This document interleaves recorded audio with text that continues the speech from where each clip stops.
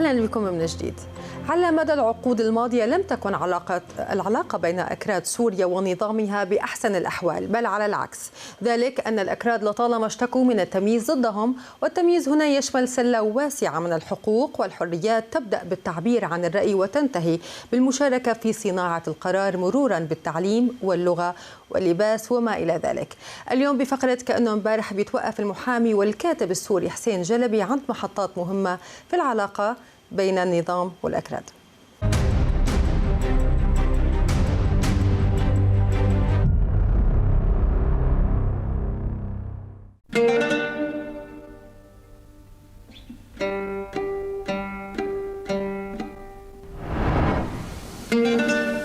اسمي حسين جلبي، أنا كردي من سوريا، أعيش بألمانيا من 23 سنة.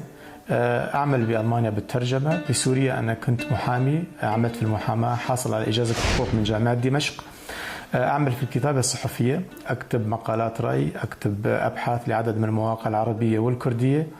وفي مؤخرا بعد بداية الثورة السورية أنا كتبت 5 كتب لتوثيق ما يجري في المناطق الكردية السورية خلال العقد الثاني من القرن الحالي، القرن ال21.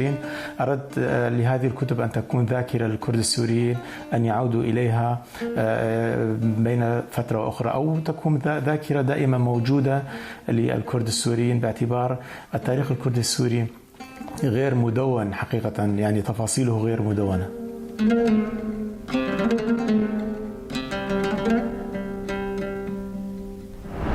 حقيقة دراسة الحقوق في جامعة دمشق كانت هي خيار بديل بالنسبة لي.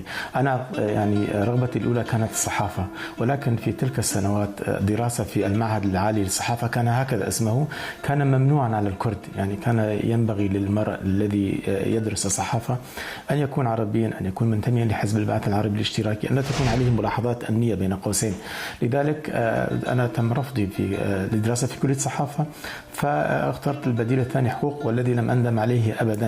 يعني دراسة الحقوق كانت بالنسبة لي دراسة مهمة جدا، خاصة بالنسبة لنا ككرد، أن نقف على القوانين الناظمة لحياة الناس، أن نقف على بعد ذلك على الفروقات التي كانت بين الكرد وغير الكرد في سوريا، الكرد الذين حرموا من الجنسية، الكرد الذين يعني منع عليهم التحدث بلغتهم الأم، ويعني سلسلة طويلة من الحقوق التي منعت على الكرد.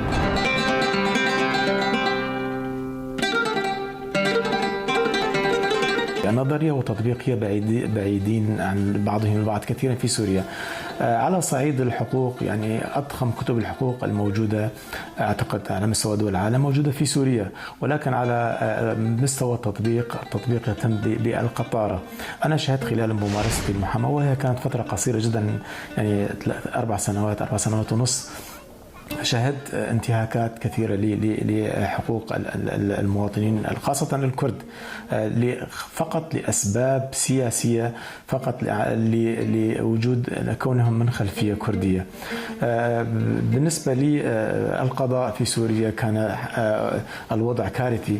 الناس كانوا يعتبرون القاضي الذي يحكم بالعدل، حتى إذا أخذ رشوة من أحد طرفي، يعني من صاحب الحق، يعتبرونه قاضيا عادلا، لأن القضاة في سوريا أغلبهم معظمهم كانوا يأخذون رشوات من طرفي الدعوة، ويتم تأجيل الدعوة سنوات وسنوات، وتبقى الأمور معلقة.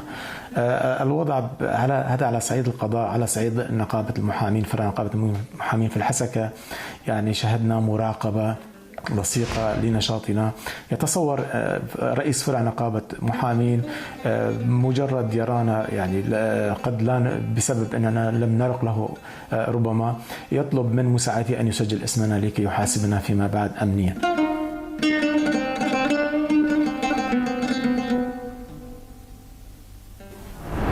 كلمة الاختراق لا تخص الأحزاب الكردية وحدها، يعني تخص المجتمع السوري طولا وعرضا. نظام الأسد اخترق المجتمع السوري والدولة السورية، حتى أن كلمة الحيطان لها أذان يعني درجت في سوريا وهي دارجة حتى الآن. بالنسبة للأحزاب الكردية كان كل شيء يجري بوضوح. النظام كما ذكرت اخترق المجتمع الكردي، اخترق الأحزاب الكردية، اخترق الأفراد.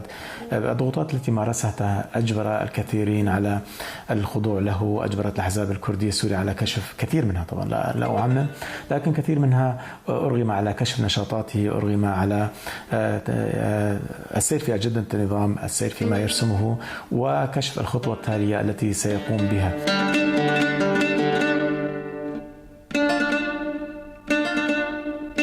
صحيح، فترة بداية الثورة السورية كانت فترة مفصلية على صعيد الدولة السورية، على صعيد مكونات المجتمع السوري، على صعيد الشخصي. بالنسبة لي شخصيا، أنا قبل بداية الثورة السورية كنت أكتب باسم مستعار، يعني بالنسبة لي ولأن النظام يسيطر على مفاصل الحياة هناك، يهدد المعارضين بذويهم هناك، لم أكن أود لأهلي أن يدفعوا ثمن مواقفي، وبنفس الوقت أنا كنت عاجز عن السكوت أمام ما يجري لشعبنا في سوريا، فكنت أكتب باسم مستعار. لكن عندما انطلقت الثورة السورية بدأت فورا بالكتابة باسمي الصريح، وأتذكر أول مقال أصدرته أو تم نشره في موقع إيلاف كان بعنوان لن يعد للدكتاتورية ذلك البريق. بدأت النشاطات الكرد السوريون انضموا الثورة السورية بعد أيام قليلة من بدايتها. كيف لا، والكرد يعني شعب ثائر بطبيعته وله حساب طويل مع النظام، أنظمة الحكم في سوريا وليس نظام الأسد لوحده، هذه الأنظمة التي حرمته حتى من التحدث بلغته.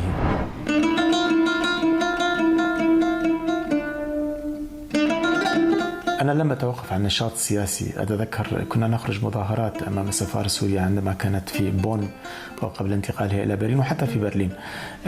في تلك الفترة في إحدى المظاهرات أتذكر كان موظفي السفارة قد وضعوا جريدة على شباك السفارة وجعلوا فيها هيك ثقبا ويصورونها بالكاميرا.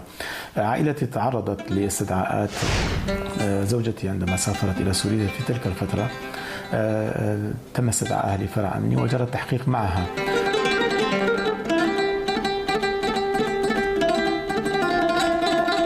العودة إلى سوريا كان حلما وكاد أن يصبح حقيقة في بداية الثورة السورية، ولكن التطورات التي جرت فيما بعد وضع المناطق الكردية السورية والسلطة التي سيطرت عليها سلطة حزب العمال الكردستاني كوادر الحزب، والنشاط الكتابي الذي قمت به اعتراضا على ما يقوم به الحزب ضد الكرد جعل من عودتي إلى سوريا حتى على سبيل الزيارة يعني أمرا يكاد يكون محالا.